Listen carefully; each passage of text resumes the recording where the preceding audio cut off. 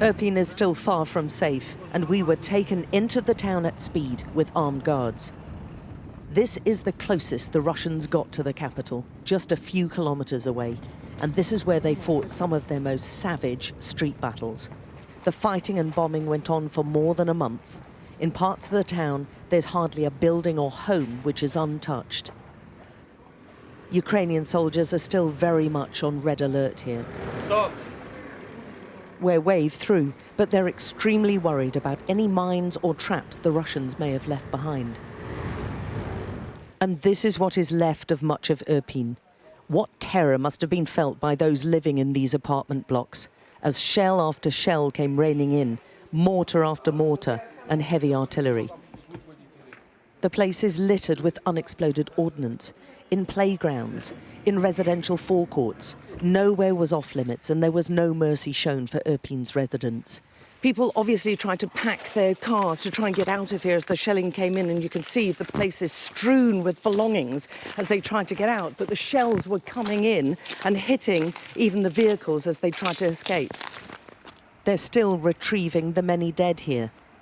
The exact numbers who died will take some time to confirm, with survivors talking of burying relatives and friends in the parks and playgrounds during the month-long bombardment. Ukrainian forces were not meant to be able to do this, drive back their much more powerful enemy, but they fought fantastically hard. Irpin has turned out to be one of the pivotal battles of the war so far, but whatever constitutes victory here has come with huge sacrifices. You see quite heavy casualties that Russian troops have committed. You see the facts of atrocities, usage of prohibited weaponry against of civilian population, and our national police is documenting and collecting every piece of evidence to bring them to justice. It's a wonder any of these people are still alive, and the last few to be brought out showed terrible signs of suffering and pain. Have you got an apple, he asks us. He looks very gaunt, and his feet are in a terrible state. Most of the town's infrastructure has been bombed, so he and the others trapped in the town had no electricity, little food or water, and constant shelling and fighting. When did you last eat, we asked. 3 days ago, comes the reply. We found a few hardy residents who've managed to stick it out through the very worst. This is just terrible, Sergei tells us. All that's happened here is just barbaric. It's the work of a human who's very sick in the head. This small group have got through their worst ordeal by sticking together. Ukrainian solidarity. It must have been absolutely incredibly terrifying to have stayed here.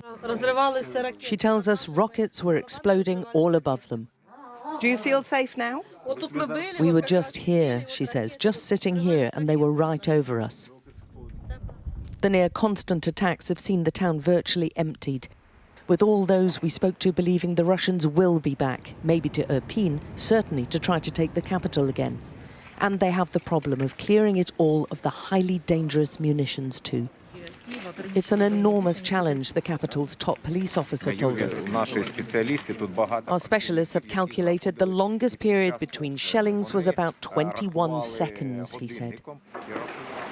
And for the elderly we saw being stretchered out, she kept her eyes tightly closed, she's so scared. The ordeal is not over yet. All their lives have been altered beyond comprehension. Yet as we left, those remaining still showed incredible defiance and fortitude. Alex Crawford, Sky News, inside Irpin.